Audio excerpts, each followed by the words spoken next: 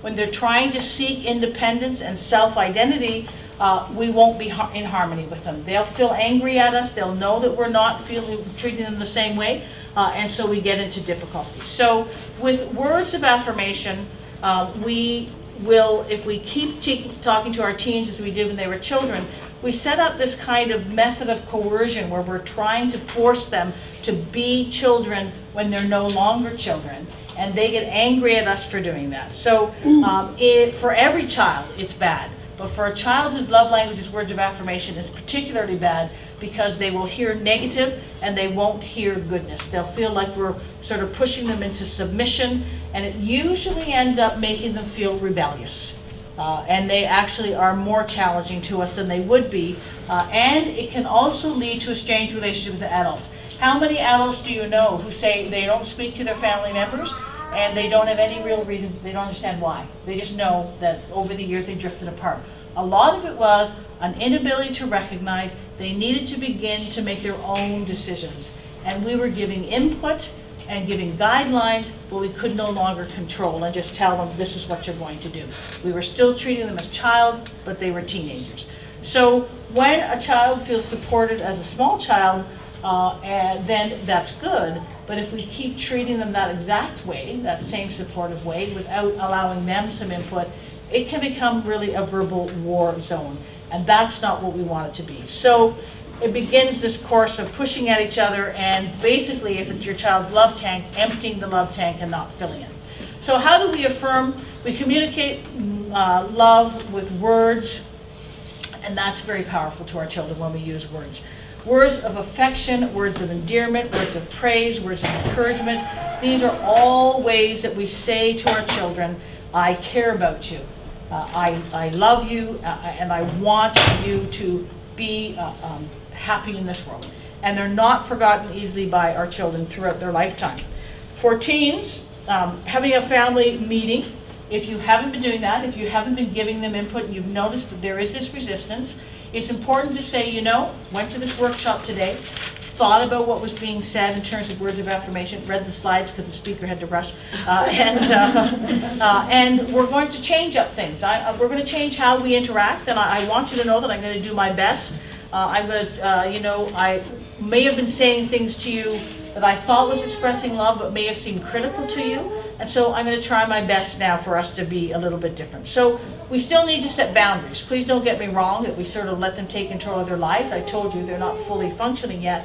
But we don't necessarily need to correct with yelling and bitterness and condemning words. We need to correct with, I didn't like what just happened there. We need to sit down and talk about how it could have been done differently. You share with me what you think, and I'll share with you what I think, and let's come to some agreement here. There's an old Hebrew proverb that says this: death and life are in the power of the tongue. Is it not so? We can build people up or we can take them down. So words of affirmation, for this love language, words are important. They build the person up. This love language is about affirming and praising, so I want to talk about them just a little bit. Words of praise. For children, we praise is something that we do for little ones that they have a degree of control over and that they have done well. So you did a good job making your bed. You did a good job of brushing your hair today. Look at how well you brushed your teeth when they're learning how to do that. So for children, it's things that they have a degree of control over that they can do better. Don't make a mistake in thinking that they don't understand when it's justified. When you say, you look fabulous today, and they know they don't, it's false praise. And they begin to ignore even the good praise that you're giving them. So we should praise what they have control over, and we should praise what they do. That's very important. We want them to feel good. It makes them feel good when we do that, and it's important. For teens, as opposed to just those things that they have a degree of control over, we need to use words of praise when it's earned, when we recognize their accomplishment. So for teens, we want to be more praise specific, if you will. Instead of you did a good job cleaning your room, which is good enough for children, you did a good job cleaning your room, for a teen you might say you did a good job getting that stain out of your carpet. and avoid saying, which you shouldn't have gone in there in the first place, which you did a good job picking up your clothes off the floor or putting them away or hanging them up. Be specific to what they did, because words of praise, when you recognize what they did, become essential to them. They're smart enough to know that you recognize it. Train yourself to look for specifics. We're very good at recognizing when something's wrong, but not looking at what they did good. So I appreciate that you put your laundry away last night, because for those of us who words of praise or affirmation are not important, we might just think, well, the laundry was there, of course they should put it away. But if words of affirmation are their love language, when you notice it, you're saying, I love you. I love you, and I recognize you did it. So when you can't praise for results, sometimes that's true, you can praise for effort. Good job of trying to get that stain out. I'll do it later myself. No, don't add that. Words of affection. So we have words of praise, words of affection. For children, words of affection are words of endearment. The words, I love you, take on so much greater meaning to our children when words of affirmation are their love language. We all need to hear it. All of our children need to hear it. But if your children have words of affirmation as a love language, they need to hear it more often. They need to hear it when you're physically close to them, and they need to know that you're thinking of them. So for a young child, when we're getting them ready for bed, maybe sitting reading them a story, everything's warm and loving, to stop the story and just look down at them and say, I love you, is very important. Whereas another child would say, yeah, get on with the story. You know, why are you stopping? For teens, affection doesn't focus on what's been done or the results of something only, but it also can and should be directed at the child, him or herself. So yes, the 3 words, I love you, say it best.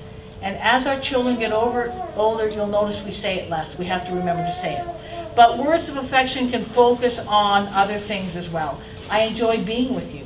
I respect you. I adore you. I'm proud of you for, and add what it is. These words of affirmation fill them up and make them feel connected to you. Words of affirmation can focus on something about their body or their personal attributes. I really like that top on you. You've done a nice job on your hair today. I see you're trying something new. If you don't really like the hairstyle, but they tried something new. So those kinds of things. They speak really deeply again to our teenagers' inner spirit, and that's what we're looking for. So you can make them strong. So words of praise, words of encouragement now are the next one that we're going to look at. We're seeking to give our children the courage to do and try more. So, you know, when they're learning to walk, when they're learning to talk, when they're learning something new at school, when they're challenged on something that they're doing in terms of the sport or anything in their life, we can encourage them to try. And encourage them by saying we notice it, that we notice what you're doing. Don't give up. I see that you're better than you were yesterday at that. Keep trying. The last one, words of guidance. For children whose words, the love language is words of affirmation, this guidance, looking closely at what their interests are, what you see in them, which they might be good at, are speaking words of love to them. So from academic pursuits to relationships with other people, we can express our love to children whose words of affirmation by telling our children that we're giving them some guidance along how they should be in life.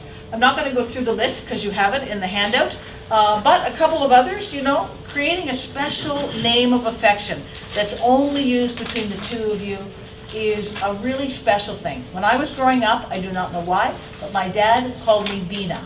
There's probably some reason for that, but I never knew what it was. And when I was in my middle years, if he said it in front of any of my friends, I would have killed him. And yet, as I got older, it didn't bother me that he said Bina, and now he's been dead for several years, and I would give anything to hear him say, how are you, Bina? So those words, it was between me and him. He didn't say that to anyone else. I don't know where he had a nickname for all of us, and it's important. So that could be a special for someone whose love language, words of affirmation, is especially filling. When they're feeling down, you can share 5 reasons why you're proud of them. Without saying you look down, just say, you know, I was thinking about you today, and I'm so proud of you for this, and for this. It's such an easy way.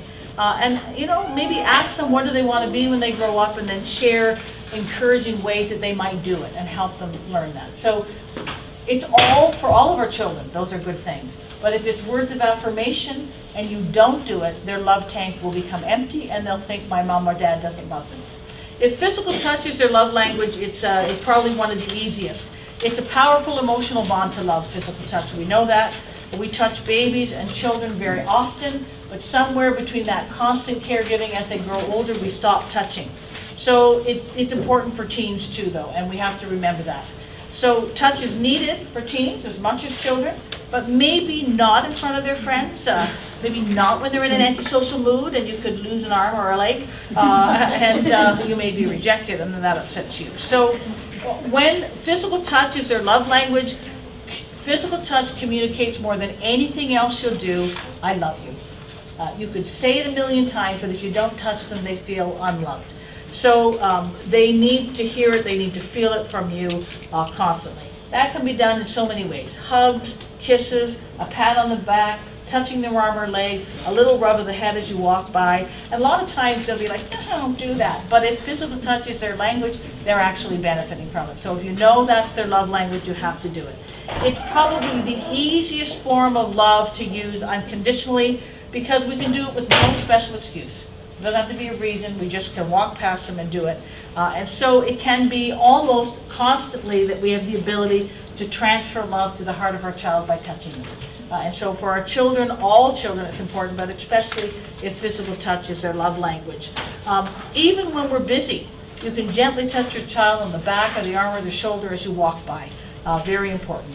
For teens who have had a hard day at school, physical touch may become important ointment to soothe that pain. And sometimes if you have teenagers, you'll know you may not hug them often, but if you just say nothing else, they'll come into your arms. They'll need it. Or they'll say, oh, I don't need a hug, you need a hug. And so you know maybe now's not the best time. So for teens, we really do have to look at 3 areas for all of our children, but in particular teens, 3 areas of physical touch. Is this an appropriate time? Is this an appropriate place? And is this an appropriate manner that I'm going to touch them with? As they get older, it can become a little bit different. An appropriate time, I already talked about, you have to be kind of aware of the mood of your teen. In particular, teens convey their mood through their body language. So if you watch them, you'll know. If you're too close to them, they'll move away. If their arms are folded and they don't want any physical contact, there's certain body language that tells you, I'm not in the mood for it right now. We have to become aware of that because at other times they will need it. So it's almost always appropriate to touch our children at many times, but definitely inappropriate when they're angry, because it only causes them to feel more anger. So we have to watch that. In the appropriate place, for most teens, probably like 11 or 12 and up, most public places are not appropriate. They don't even want to be seen with you at the mall, right? You have to walk a few steps behind them, just get out the wallet and slide me the money. And so we have to be careful because they're striving for independence and self-identity, and when you're with them, they feel like they don't have either. That now I need my mom and dad to lead me, whereas a kid that's younger is actually looking for you in the mall to make them safe and to make them feel good.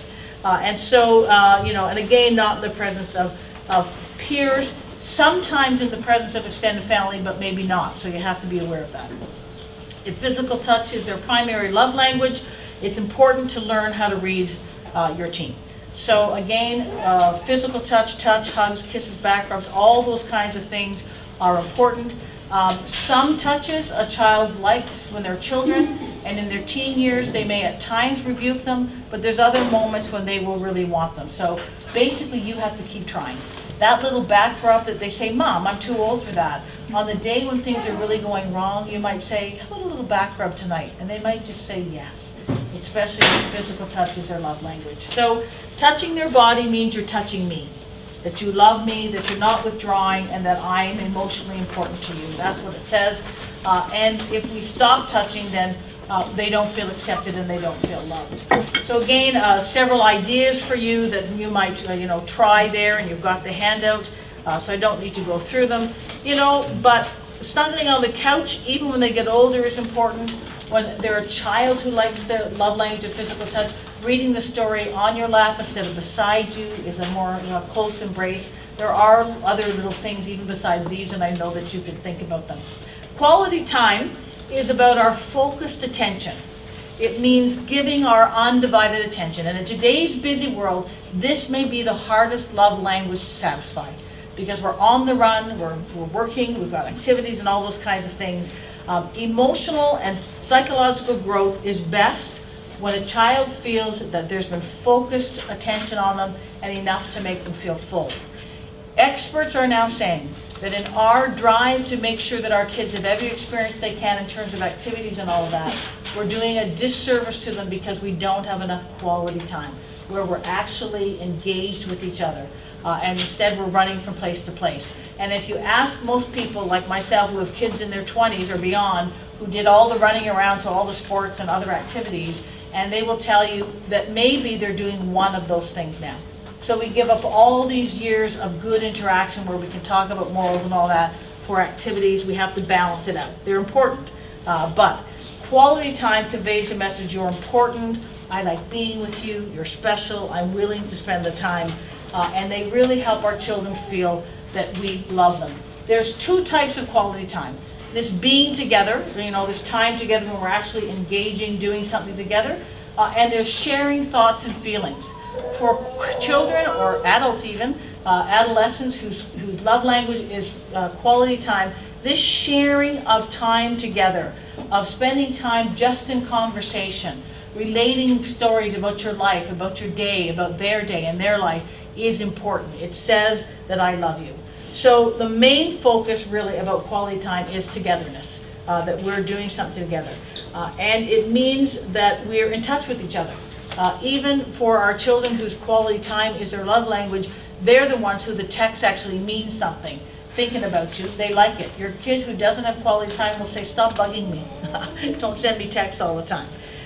Watching sports together, doing any activity together, I'm just using that as an example, it can be a great quality time, or it can be a time of great loneliness. If quality time is my love language, watching sports together, doing something else together means we're going to say, did you see that shot? Did you see that quarterback? What do you think that quarterback should have done instead? Or did you see that guy do this? So we're interacting, not just sitting together watching the game. It's lonely if I'm just sitting there. So it means sort of being in touch. For teens in particular, as their mind is developing, quality time involves eye contact, touch, body language, all those things which convey that I'm paying attention to you, that I'm in here with you. And if I have to cook dinner, I'm going to respect you enough to say, really important conversation we're having, but I need to have dinner. So do you want to continue while I cook, or do you want to talk later? So that they understand that, I'm here for you. So parents who learn to speak with and not at their children really have a better time at quality time with children who need it. So we need to be sure that we're not about always giving instruction and demanding things from them, but drawing out how they feel. How did you feel about that? How did you understand that? And those sorts of things. We have to break habits if quality time is not our love language, if our children's is. That means we refuse to let ourselves interrupt. We refuse to give right now the advice that we believe needs to be given. We'll ask reflective questions, which says, I'm listening. We will tell them, this is what I heard you say. Was that what you were saying? And we ask permission to give our perspective. So I heard you say that this is what you thought about that. Do you mind if I give you my perspective on it from my years of living? So for quality time, a love language, giving time is giving love. And we do that by engaging in conversation and activity and focusing on our children completely. So again, I have a list of all these things that you can do with them to show them that quality time is important to you and for them. And another easy one is spending a few minutes with your child whose quality time is love language at the end of the day. For your child, snuggling in bed for a minute or talking to them about their day. Even for your older child, what was something really good that happened today? What was something that challenged you today? And maybe sharing the same in your life, something that challenged me and something that was good. It says that I'm willing to take these 5 minutes before I go do the 10 things that I have to do before I go to bed, which is what we want to say to them just so they know. It says that you're important enough for me to take the time. Acts of service, well, parenting is a service-oriented activity, is it not? I mean, we're constantly giving service. When acts of service is the love language, though, we are not feeling sort of that we're being put upon by doing it. When acts of service is our love language, it's easy because service casts, in a way, the brightest glow. none of us, even if it's not our love language, are immune to when somebody does something for us. But when acts of service is your love language and someone does something for you, it says, I love you, that you're important enough. And if acts of service is my love language, it's definitely my husband's. He tells me every day, 100 times a day, that I love you by doing. And if I didn't recognize that, I would miss it. Because he's not big at telling me I love you. He's not big at sending me gifts or flowers or any of those things. But every day he does things that I benefit from. The laundry, the cleaning, so that I can do this. He's at home today doing that. And he's happy to do it. I'd be at home like he's out giving a talk while I'm doing the cleaning. So it's a little different way that we look at things. So loving service is internally motivated by acts of service, where it's their love language. And it actually gives energy to the person because they're giving of themselves. So it's a gift and not a necessity. So it's a bit of a challenge in a way for us as parents because we do service on a daily basis and we do it for everybody. So for a child whose love language is service, we need to think about how we can do something now and then that's special.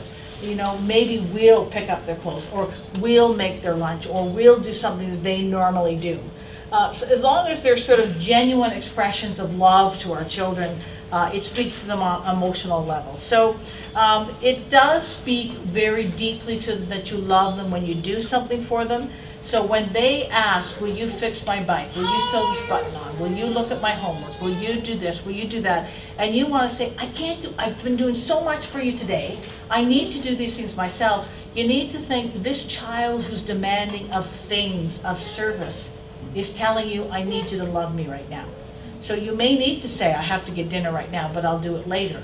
But it's a cue to you that your child is feeling a little bit empty and they're really crying for emotional help. Because let's face it, most kids who have a button fall off their shirt will just throw the shirt on the ground and never wear it again. They never tell you the button's not on it. But the kid whose love language is service will bring that to your attention just to get the attention. So it's an easy one to do.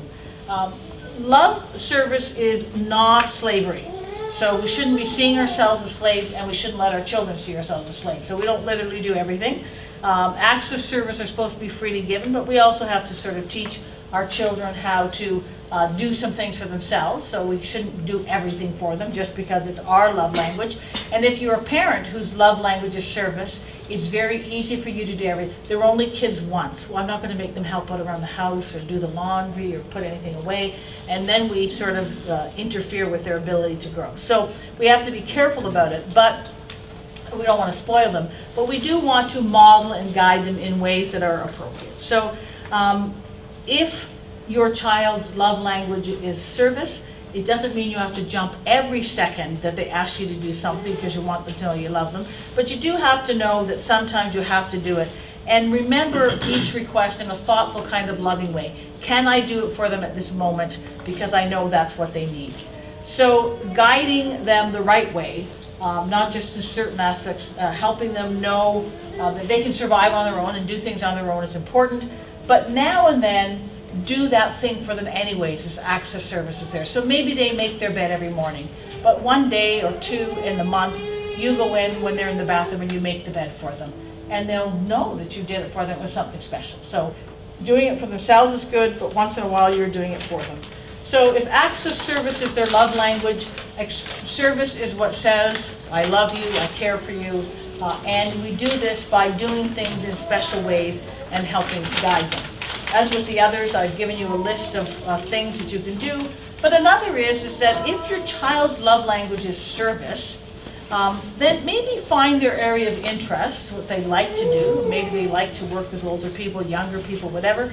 And find a way that they can go out in the community and do this act of service. When we do, our love tanks are filled as well. And maybe you'll do it with them, which says, I'm willing to be part of this for you. The last one is gifts. Gifts are visible, tangible signs of emotional love. And gifts, really the term gifts comes from the Greek word charis, which means grace or an undeserved gift. So it's something, so if you were going to buy them a winter coat, it doesn't really serve as a gift because we all knew that they had to get the winter coat. But it's something that they didn't deserve. For teens, gifts shouldn't be what's earned, but what's given to show unconditional love. The difficulty with gifts is that giving and receiving gifts for all people is a powerful expression of love. And so we do it sort of continually. So, but for people whose love language is gifts, anything you give them is important. So it tells them, Hello everyone. Workshop sessions number 2 should now be over. Please make your way to the cafeteria for some lunch and to visit our vendors there. I'll go fast. As well, please remember to drop off your ballots from your sessions at the registration table. We will be drawing for some of our workshop prizes at 1:45. So please drop those tickets off now so that you can get to the draws at 1:45. Thank you. Because gifts are easy to give, if you determine that your child's love language is gifts, it's important for you not to say, I'll just keep giving them gifts and not speak the other love languages, which take more time, because all of us need all the love languages. That's important. But for those that speak gifts is their love language, it is an easy thing to do because anything can speak to them through that. We're not using it as a manipulation tool. We're giving it as a way to say, I was thinking about you, I care about you, you're important to me, I love you. So it doesn't have to be big in cost. It doesn't have to cost anything. It can be something you made, it can be a stone that you saw, it can be a shell, it can be a picked flower. Your child who has gifts as their love language tells you that very easily. They're constantly giving you things and you think, what will I do with this? But you're respecting that, but also you're inviting to do the same for them. I saw this stone today and I just thought about you. A stone, most people would think a stone, a kid who doesn't have gifts would say like, what do I want a stupid stone for? But for the kid whose love language, they'll say, oh, thank you. They'll put it away in their drawer and you'll find it 5 years later. And when you actually heighten that up by taking the stone, which you got off the side of the road as you got out of the car, and putting it in a little jewelry box or something and say, I found this today and I thought it was especially for you once in a while, heightens it even more. So it doesn't have to be big. It can be ceremonious though to make it important. So gifts are what, speak to them. And it's a symbol of love and it's important to them. They don't have to be, as I said, gifts from the store. So lots of little ideas for you there on how you can do that. One that I don't have on the list is, and another gift, is give them a gift of a song, like the child who you have a special name for. So you maybe make up a song if you're musically talented, or take a song that's on the radio that you both like, or one you sang as kids, and give them their own personal words just for them, and nobody else gets to sing that song to them. So just very quickly, how do you discover your child's love language? It's a process, it takes time. I've given you 5 ways that you can observe your children to know what is their love language. The first is, how do they express love to you? Are they the snuggler, always needing to touch you? Are they always asking you to do things? Are they always giving you things? They'll probably do all of them, but their predominant one they'll do more often. Observe how they express love to others.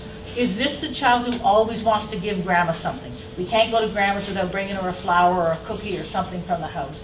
That's probably their love language, gift speaking. Listen to what they ask for most often. Mom, we never snuggle.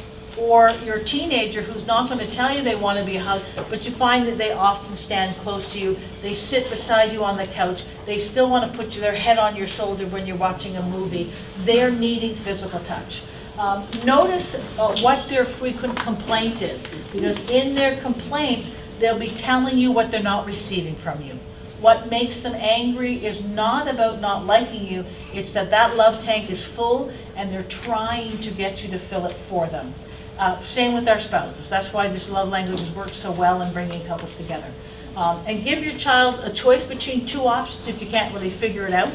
And over time, you will see that they consistently choose the one that you think is their love language. So, you want to snuggle on the couch, or would you like to go for a walk? I want to snuggle on the couch. So they will tell you, and I've got it there for you if it takes time. Truthfully, when we learn to speak their love languages, and we will speak all the other ones, discipline, being in touch with them, spending time with them becomes so much easier. because they are recognizing your love, they're being filled by that, and throughout their adult years, they will feel important and loved. And is that not what we want for our children at the end of the day? So I'm sorry to keep you, but there will be lunch, I'm sure. And you have your little tickets he's going to give you.